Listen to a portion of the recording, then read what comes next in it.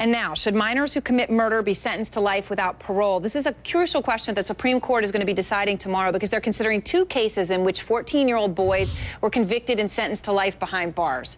The Supreme Court has already ruled minors convicted of murder cannot receive the death penalty. And there are more than 2,500 people serving life without parole for crimes they committed as juveniles. 38 states currently allow life without parole for minors who commit murder. But is it constitutional? It's a crucial question. Jeffrey Toobin is our chief legal analyst, and he is out front tonight. And good to see you, sir. Hello. We're switching in and out here like crazy on our set. So what is really at stake here? This is a pretty fascinating debate. And you know, this is one of the most mysterious words in the Constitution: cruel and unusual punishment. What does that mean? The justices struggle with it all the time. And here you have a situation where they're moving on this issue because, as you said, they said you can't execute juvenile offenders. You can't sentence people to life, sentence juveniles to life in prison if it's not a murder.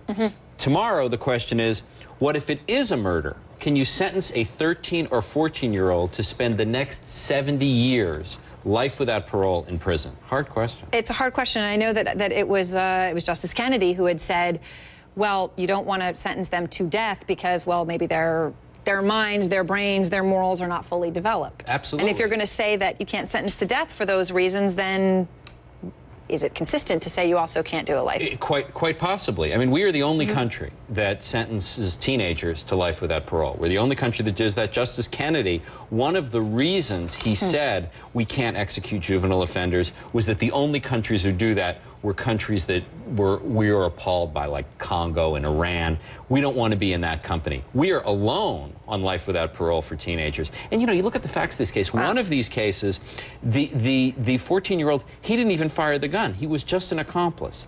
Do we put him in prison for the rest of his life? But, you know, people died in these crimes. So, you know, these are very serious things. Right. One of them, Contrell Davis, right? He was 14, armed robbery. He didn't pull the trigger. But the other one, Evan Miller, also 14, beat a neighbor and then burned the house down to cover the crime. I mean, this one is beat him to death with a baseball bat. I mean, it's horrifying. Yeah. But the question is, I mean, as Kennedy has said in these opinions, you know, people who are teenagers, their brains are not fully developed. They will change. They will grow.